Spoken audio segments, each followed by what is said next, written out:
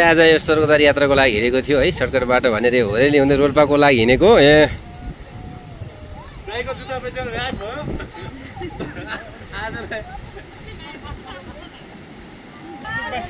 ल केटा हो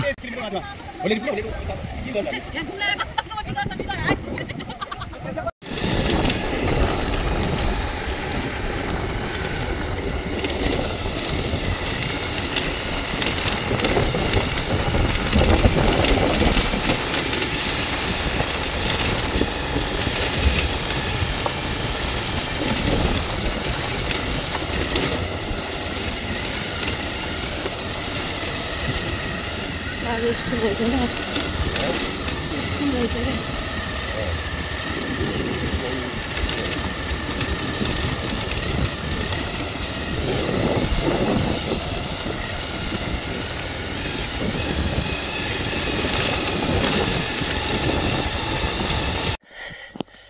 यति बेला हामी यो स्वर्गद्वारी मन्दिरको दर्शन गर्नको लागि जाँदैछौँ। यो बिहानको समयमा लगभग 7:30 बजेको छ।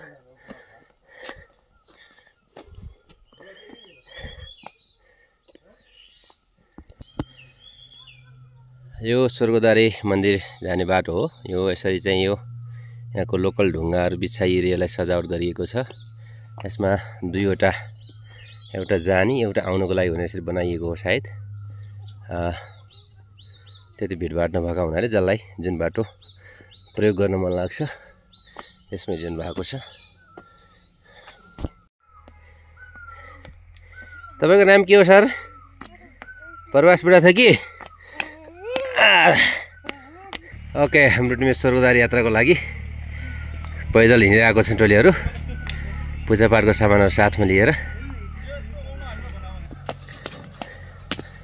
ओके, यो ठुलो मान्छेहरू भन्दा पनि मेरो बाबु चाहिँ एकदमै अगाडि छिटछिट दौडिरहेको छ हो। थकान भन्ने कुरो उसलाई लाग्दैन, दिनभरि पनि हिँड्न तयार। आज तपाईँ कहाँ जाँदै हुनुहुन्छ बाबु? मन्दिरमा पूजा गर्न जानु भएको छ? तपाईँ एक्लै किन अगाडि हिँड्नु भएको छ त?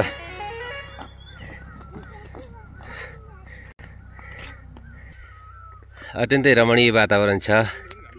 न्याउली चरीहरू काफल खाँदै आगमन हुँदै गरेको वसन्त ऋतुहरूलाई यसरी गुन्जयमान बनाउँदैछन् र हाम्रो टोलीहरू पूजापाठको लागि यात्रामा छौँ। यो दृश्य तपाईँ देख्न सक्नुहुन्छ। यो स्वर्गद्वारी मन्दिरको एरिया हो।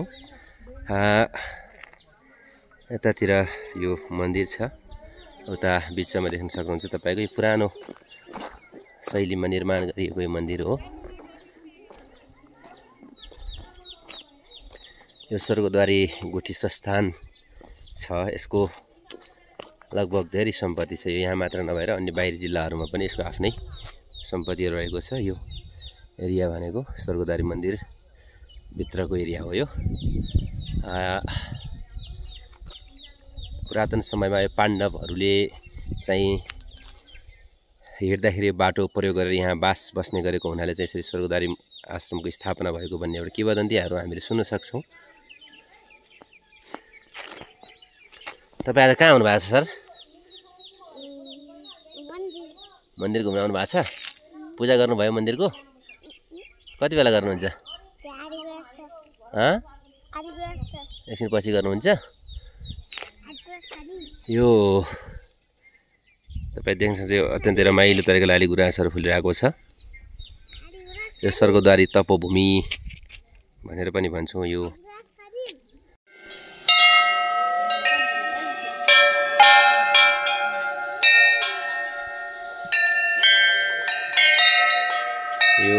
स्वर्गद्वारी मन्दिरको पूजापाठ गर्ने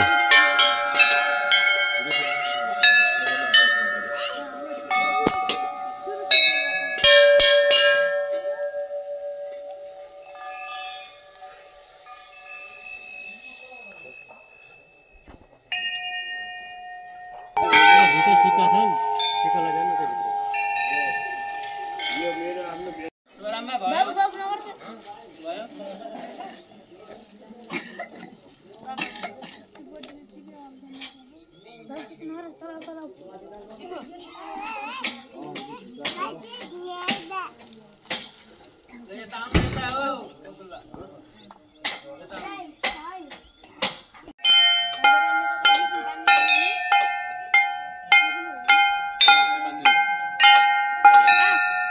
बाबु जा ओ पर्दा जा। स्वर्गद्वारी मन्दिरको यो पूजा स्थान हो। यो नयाँ मन्दिर यता निर्मित हुँदैछ र यो पूजापाठ गरिसकेपछि सबै भक्तालुहरूले चाहिँ यहाँ आफ्नो आस्था अनुसार आफ्नो मनको चिताएको सबै प्राप्ति हुन्छ भन्ने उद्देश्यले यसरी आफ्ना ध्वजाहरू बाँधेर घन्टीमा भाकल गर्नुहुन्छ।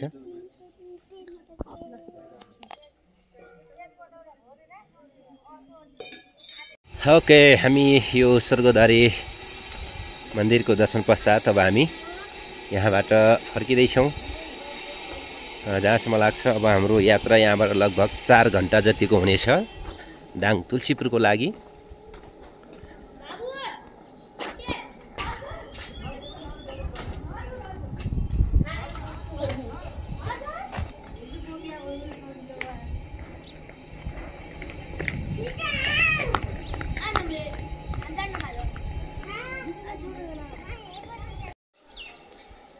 हेलो अनि नमस्ते तपाईँ सबैलाई। यति बेला हामी यो स्वर्गद्वारी मन्दिरमा पूजापाठ पश्चात हामी रमाइलो गरिरहेका छौँ। यो दृश्य तपाईँ देख्न सक्नुहुन्छ स्वर्गद्वारी मन्दिरको हो। यो स्वर्गद्वारी आश्रममा रहेका यो गाईहरू तपाईँ देख्न सक्नुहुन्छ।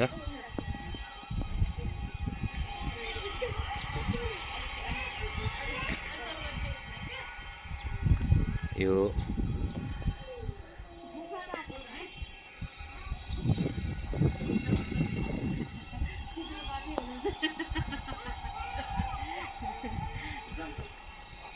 यो देखिएको स्थान भनेको यो प्रवेशद्वार हो। यो स्वर्गद्वारी मन्दिर प्रवेश गर्ने मेन प्रवेशद्वारको रूपमा यो ठाउँबाट बल्ल स्टार्ट हुन्छ। यो लगभग 7000 भन्दा बढी 7000 फिट उचाइमा रहेको छ यो स्वर्गद्वारी मन्दिर।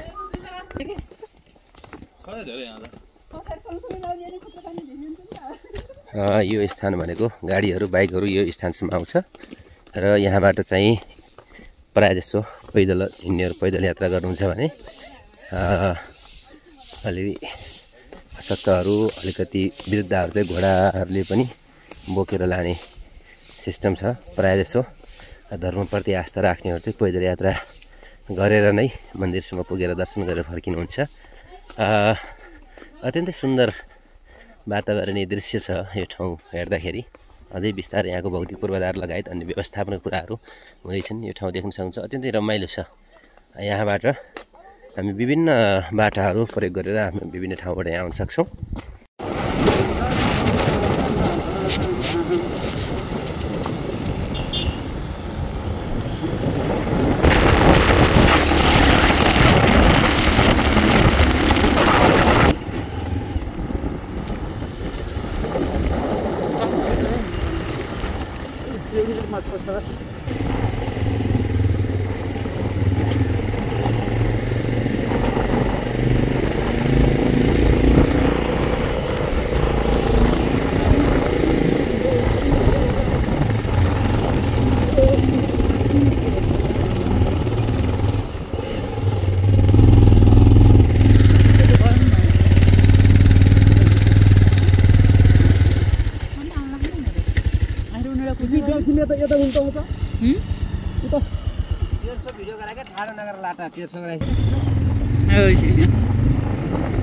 Ramdehin